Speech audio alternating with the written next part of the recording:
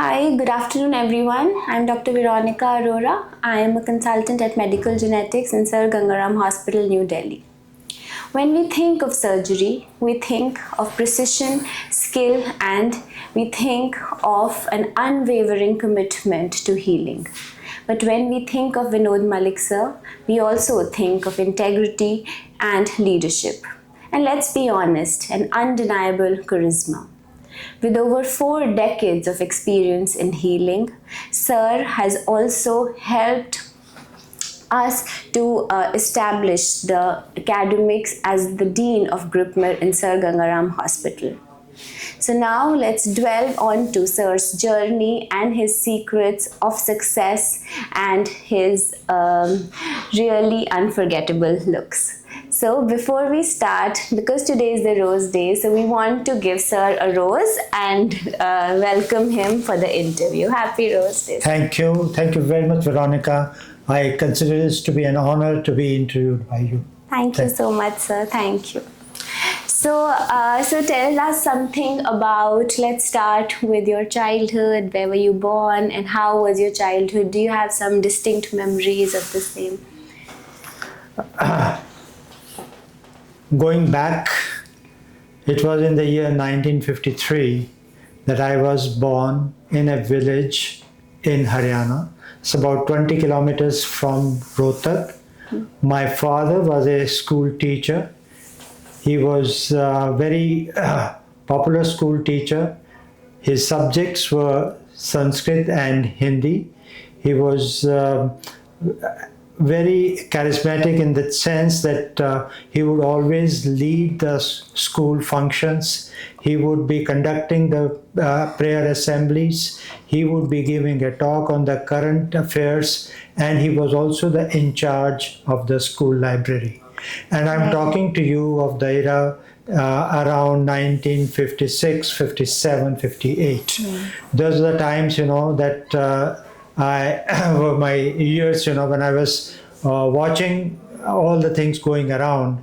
And when I entered the middle school, that's the time, he was also my school teacher.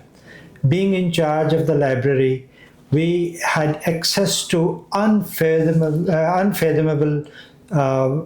repertoire of knowledge. All kinds of children literature was available, but more than that, at that time we had access to Time, Life, News Magazine, Reader's Digest, and Illustrated Weekly. These were the experiences, which were very rare to dream by a child who's growing on in the hinterland of Haryana in the years 1960 and thereabouts. So I think going to that school with my father being, a great influence on me, he was kind of a person who would lead the school and be in charge of the cultural affairs of the hospital of the school. Besides, being a very, very popular teacher, he also was a very great scholar of Sanskrit and would be conducting all kinds of functions in Sanskrit. So that was an amazing childhood that I had. Amazing. So it's safe to say that your father was your mentor while growing up. Yes, I think my father was my mentor. He was very good not only in the subject, but he was also having a 360-degree views of so many things. He would tell me that he wanted to be a doctor, and had gone even to the extent of visiting a place and seeing a dead body and dissect it. Right. But because of the circumstances of those times, he had to take up teaching as a profession. So he was, the person whose intellect strongly influenced me. Yes. And my mother's ambitions. She always wanted me to exceed what my father did. So she would always keep telling me that your ambitions should be very high and not that you would just end up being a school teacher. Yeah. And I'm sure she really has fulfilled her dreams because of where you've reached, sir, today. So tell us, how was it, sir, growing up in a small village, and was it a simple life? Do you miss that, and how is it different from this hustle bustle of a metro city? Well, when I was growing up in a village, we were little privileged in the sense that teachers in a school were considered to be a royalty. So Okay. I didn't really feel, that we were any less than royalty. Maybe, I think if I was in a bigger city, I would have felt probably a little more ordinary. But I think Yeah. that feeling was something, which was very heady, that we are a different set of people. Having said that, but our parents were very strict disciplinarian, and I recall an incident where my father had given some homework to everyone in the class, and the next day he asked, uh, "Who have not done the homework? Right. Please stand up." And all of the class had not done the homework, including me. And the only person who got the punishment was I. So I felt very bad about it that everybody had not done the homework, but it was I who was singled out. But he made an example of me, and I can't forget how much important it has been in my life that punishment made me look like, there is something called discipline, and if you break discipline, nobody will excuse you, and your father will make an example of you. So I think you are definitely taking this forward in your life as well. But as much as I know you, you are not very strict with students, though. I would say that I have been always priding myself in being Soft friendly, spoken, extremely friendly, soft. and always trying to be, understanding the things from their perspective. I always feel, that there is two sides to a situation, and not necessarily the side of a teacher who has a I would say asynchronous relationship with the students. So I think looking at things from the perspective of the students is also very important. And I've always maintained that students, if they are given the right inspirations and encouragements, they would always try to follow you, and they will even exceed you. And in my own life, I have seen that some of our students have done so very well, so much, they have achieved. And I'm really proud of the fact that the lives that I have touched, they have really, exceeded my expectations. Beyond that, I think now I look up to them and see, that yes, the possibilities are amongst those whose life you touch. Your own possibilities are finite, but the possibilities of lives you touch are infinite. So I think that's something, which has been my life's learning. Right. What a pearl, sir. What a pearl for all of us to take back.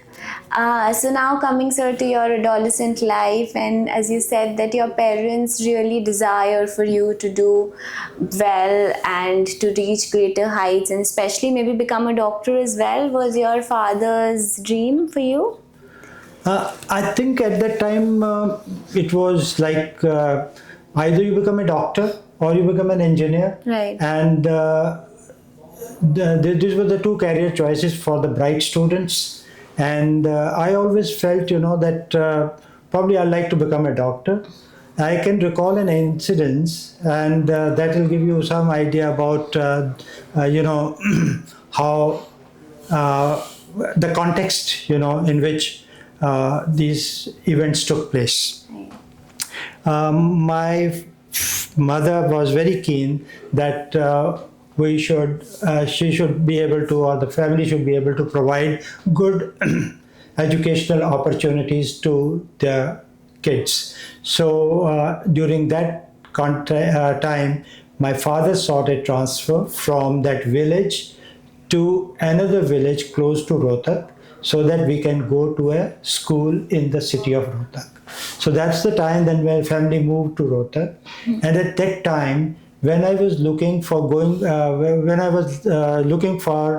getting myself enrolled into a school, I visited 8 schools in that city and found that every school was substandard. Oh, okay. Coming from a village, Right, I yes. found 8 schools to be substandard. Substandard. Finally, I chose one. So what which- was your village called? It's really some village we need to look up. Yeah. So I found one school, where the earlier years results were very good. So I enrolled for that school. Right. The times were very hard. That school was about 3 kilometers from my home.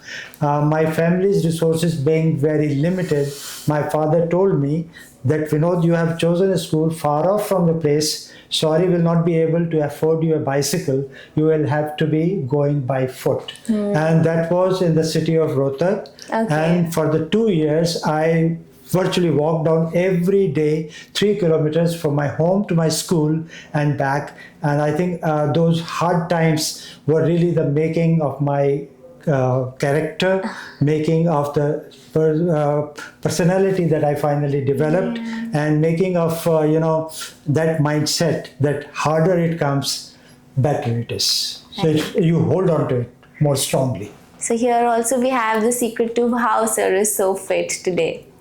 So, sir, about friendships in your younger days. So, do you remember which all friends stood by you when you were maybe in med school or thereafter?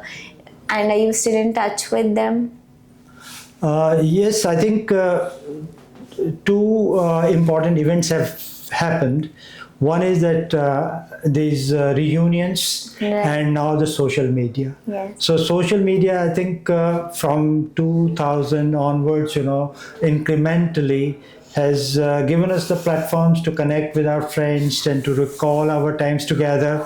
So I think that has been an amazing development, amazing evolution, that we are able to now connect with our friends whom we lost touch of in the summer of winter of 1976. That's the time I finished my internship, and there were 25 years which were clearly blank times, but suddenly the social media happened. Amazing. And we were able to reconnect. But yes, I think even when the social media was not available, there were only few friends, with whom we kept pace with, and those relationships have by and large held. But I had one disadvantage during my, and this is one thing I would like to probably change. During my medical school years, I was a day scholar or day boarder. Right. And that's a kind of a disadvantage. You are not able to relate to most of your friends, most of your class fellows. It's when you become the hostlers, that there are so many things which happen together. So I think if I can change one thing about my growing up years, I would have loved to be a hostler rather than a day boarder.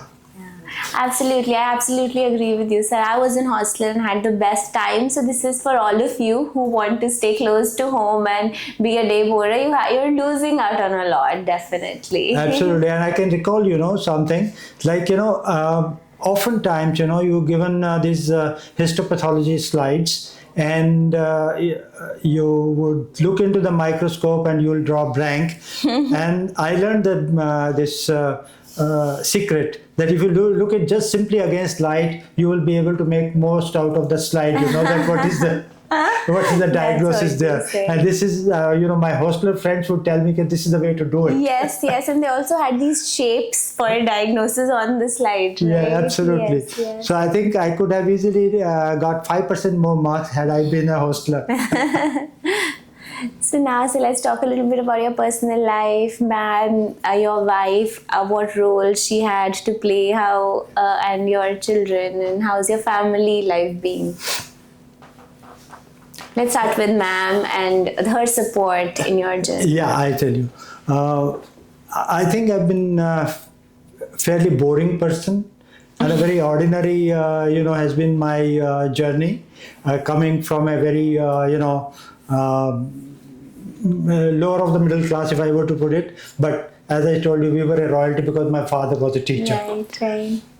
So, life's expectations were that I would have decent money, and I wanted that my wife should be a doctor. That was something like I felt, that this way, we would be able to live our life more comfortably and would be able to bond together. So when I was marriageable, the main consideration in my mind was that my wife should be a doctor, so that financially we are better off and we understand each other better. We don't have those adjustment issues.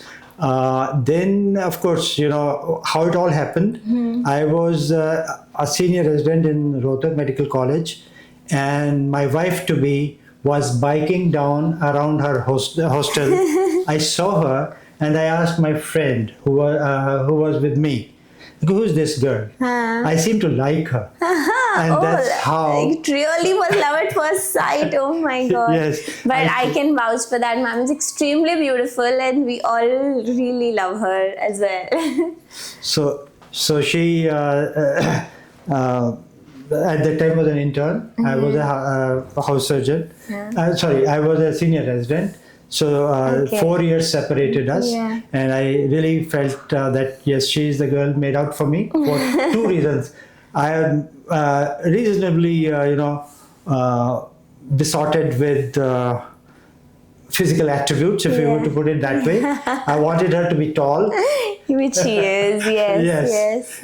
So I felt that she's the right type of person, and I also had one or extremely superficial then, sir. It's like two attributes. One is tall and one is beautiful. and the most important thing is that I wanted her to have a good career, so that if I were to choose to go for academics, then she too can follow a similar career.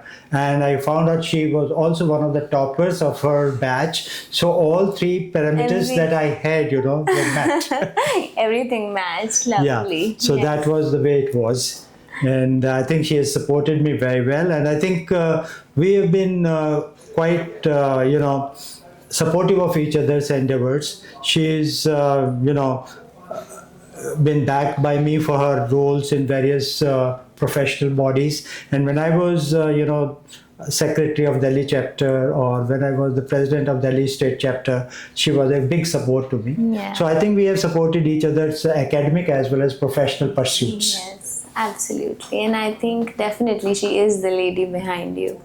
And sir, about your children and... Yes, I have two children. Elder one is a son. He is in Seattle. He works for Microsoft. He is trained as an engineer. He is a very bright person, and we are very proud of his journey. His at this point in time, he is visiting us, and we're very happy that he is with us with his young child, who is 2 years, Mihir. It's been lovely reconnecting with them after a gap of 3 years because of COVID, he could not make it. And he is one of the original buff for the computers. He was kind of always asking for the best of computers when he was growing up. And he would always score very high in computers, but will not do very well in other subjects. So he said, computers are for me. But he's done very well for himself, and so we're proud of him. Other one is daughter. She is really a very high achiever. She set up her own startup and founded a company which is Fair Belly, which is doing extremely well. She is an MBA from MICA in Ahmedabad. Before that, she did her economic honors from Lady Sri Ram College.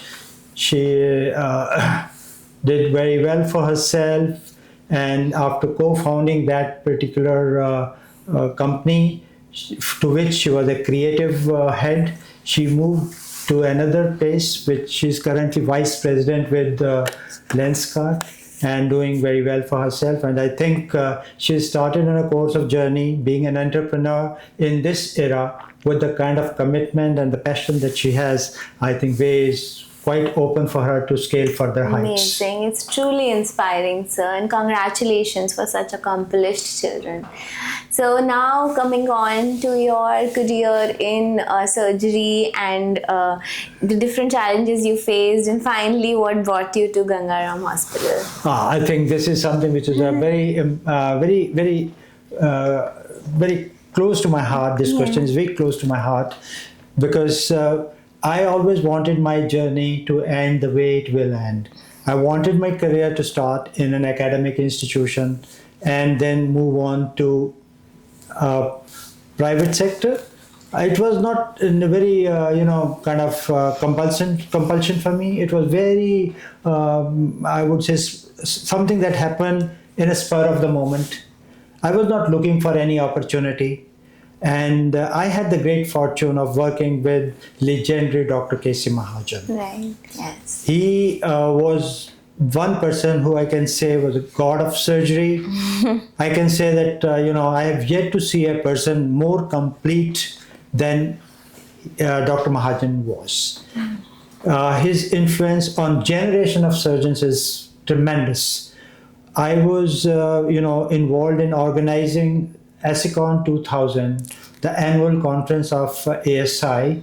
Dr. Mahajan was the organizing chairman of that conference. So I was interacting with him on a very regular basis, and conference ended. It was one of the most successful conference of that time, and I was very happy, that the things have gone off well. And then we had a meeting with him and said goodbye, and that of course we kept meeting. In one of the inauguration of a nursing home, I met Dr. Mahajan, and he would say, "Vinod, would you like to join Gangaram Hospital?" I had not thought about that. It came to me as a surprise that he would offer me to join Gangaram Hospital. I had not even known Gangaram Hospital very closely. I had not even known that new block has come up. I only knew that it was a small hospital somewhere in the back of beyond. So I was just not really very impressed with that. Yes. But since Dr. Mahajan said that, okay, would you like to join Gangaram Hospital? And I had no guts to say no to the big man. So I said, "Sir, if you think that I can join Gangaram Hospital, I'm okay with it. And I'm reaching that stage where I can take voluntary retirement." So that's how, I entered the portals of Gangaram Hospital. Right. And I can say here, if I had not taken that offer, I would have made the mistake of my life. So ask us. We feel so lucky that you're here today with us. So in Gangaram, sir, so after you joined, when was it that you got interested in the academic part and got in touch with Nandi sir and Kusum ma'am? Was it at the outset that you were part of forming GRIPMER? I think my association with then Department of Academics, which transformed to GRIPMER, has been since the days I joined. Right. I was made the part of the academic committee of the Department of Academics early on when I joined in 2005, and I would contribute to the meeting as an ordinary member of that group. And the reason I was there was because of my background, having joined Gangaram Hospital after being the professor at one of the prestigious colleges in Delhi. I was picked up because of my antecedents, and that's how I started off. And during that time, I didn't realize the importance of being a member of that hallowed group. I would, because the meeting used to take place on Thursday, I would sometimes miss the meeting. So I think during the early parts, my involvement in the affairs of academics at Gangaram Hospital was rather sketchy. But as times moved on, as GRIPMER evolved, and as I came close to Dr. Nandi, and being surgeons, having shared similar kind of experiences, I think it was kind of developing that kind of a relationship with Dr. Nandi, which catapulted me into the select group of Gripmarians, if I were to call it that way. And that's where I was made the sub-dean of Gripma. And at that time, Dr. Nandi was advisor, Dr. Kusum Verma was dean, and I was made sub-dean. Right. And that's how I was picked up. And I think it was some of the shared experiences, having relatable experiences with Dr. Nandi, which were the reasons that I got into it. And rest of my journey, you have been, of course, having the ringside view of. Yes, yes. It has been an absolute pleasure to see you do this role, and extremely inspiring, I must say so. So about the surgical part, and you're working in the department, and of course we know you were the head of the department of surgery as well. So how has that been, and what are the maybe challenges you faced, and what were the highs and lows in this?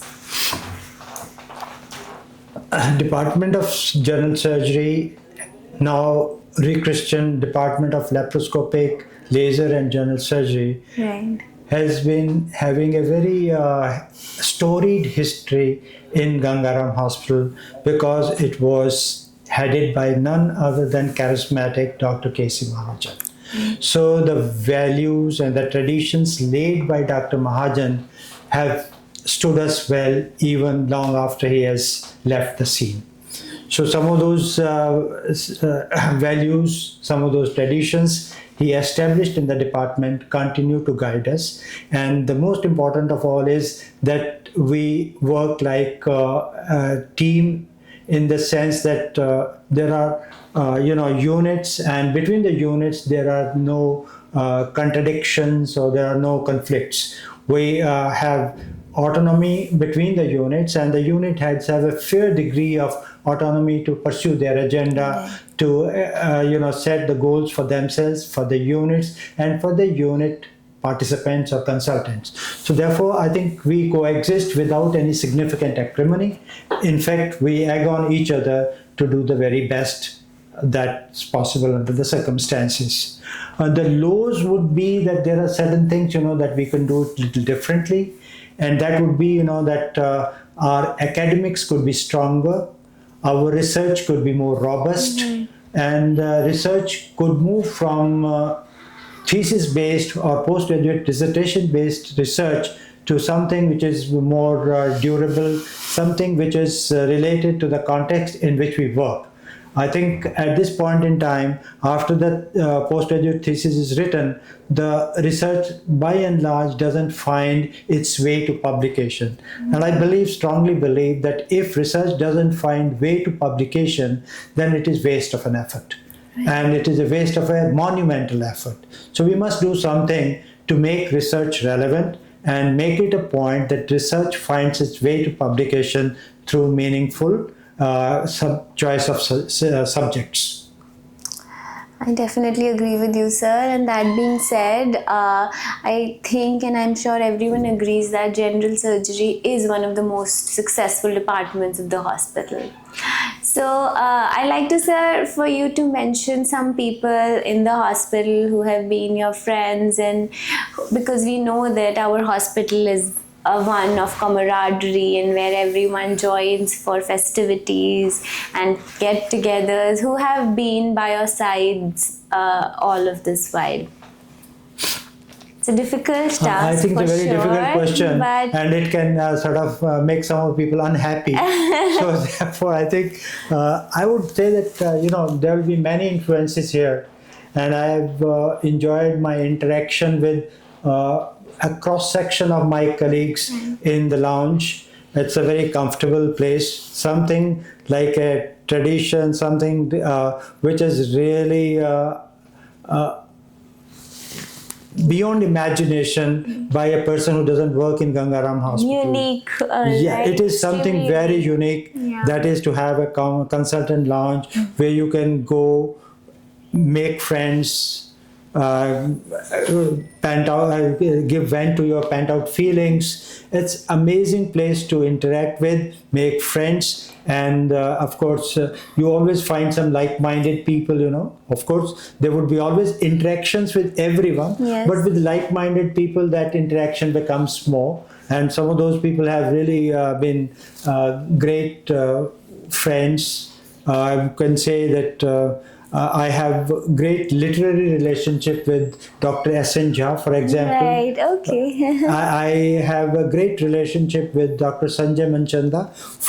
I like his recitations and his fine taste about music and his gourmet taste about food. I think these are the things which I really like so very much. Of course, when it comes to having small talks, KL Kalra is one of my very close chum. Yeah. Yes, So, he's a funny and person, of for course, sure. I look at some people who are always having immaculately dressed like Kanavanam, and Yes. so I think there are people like him who is also you have Remember, just yes, always remember, yeah. right, yes. So and of course, our leadership, for that matter, I'd be missing out if I were to say that, if I were not to mention about the grace of Dr. Jayashri ma'am, Dr. Suds. She is an amazing, graceful lady, always sedate, always in control of her emotions, and always giving you or lending you her ears so that you can vent out your feelings Yes. and get a meaningful resolution to your problems if you have one. So I think one, and I always look up to Dr. D.S. Rana Yes, for his absolutely. wise counsel Yes. and no nonsense approach. And He's his always, kindness as well, I think. and He's he a kind is person. very appreciative of the efforts that you make. Yes. Nothing gets overlooked. Yeah. I felt at times that I'm doing something, will it reach him? And I found that he's such a connoisseur of language that he picks out that something that you wrote was very good. I liked it. So I think that his encouragement to me has always meant a lot. And then I have a very decent relationship with Dr. Swaroop. He is a matter of fact person. His his advice and his directions about the growth of GRIPMA has come in very handy, whenever we have issues about in which direction to move. Especially in the current context, I would say that when we started working on the skill center, Dr. Swaroop's inputs were invaluable. And today, we have a state-of-the-art skill center. Dr. Swaroop's contribution to that is monumental. And I deeply appreciate his encouragement to all the projects that we have undertaken to do. Thank you, sir. Thank you so much. I'm sure there are lots of other names you'd want to say, but yeah, due to the lack of time. So finally, sir, you are an extremely innovative person who's always seeking more and more avenues to make maybe GRIPMA and the department better, one of which definitely is the newsletter, for which precisely we are doing this interview. So a little bit about that, sir, before we head towards the end. So I think we would like to expand the activities of GRIPMA, and those specialties which are not represented, we would like that those specialties also start their doctorate program or fellowship program. And currently, we have 51 specialties in which we have diplomat, doctorate, or fellowship programs, and we have few specialties, where we don't have. Dermatology is one of them, and there may be, I think, these new specialties of surgical oncology, medical oncology, and then of course radiation oncology. Yes. So we have already started the program in medical oncology. So radiation oncology, surgical oncology, and gynecological oncology. These are the three areas where we would like to focus to start new programs, so that our institution becomes something like AIMS in the private sector. So I think during my deanship, I would like that these specialties which are underrepresented or are not yet represented in the academic firmament also find their place on the honor board. So that will be one effort. Right. Second is that if we can get an opportunity to have a medical school attached with Gangaram Hospital, that will be the fruition of our dreams of the highest order. Yes. So we are all looking forward to, and our leadership, especially Dr. Rana and Dr. Nandi, they are very committed to this, that we should have a medical school. And if that were to happen, I think that will be something which will be, amazing culmination to this journey. I'm sure, sir, these dreams and these aspirations will come true as in how time goes. So finally, just one of your life mantras, or what you want to tell us that you learned and maybe take with us from life.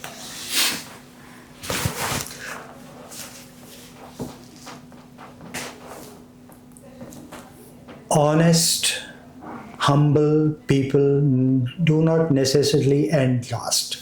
They inherit the earth. It's no point being bullying, it's no point being rude. Thank you so much. And I think, sir, that does summarize what you really stand for. You are, sir, a perfect amalgamation of honesty, grace, kindness, skill, and a very subtle grandeur. So thank you everyone for joining us in interviewing our very own George Clooney.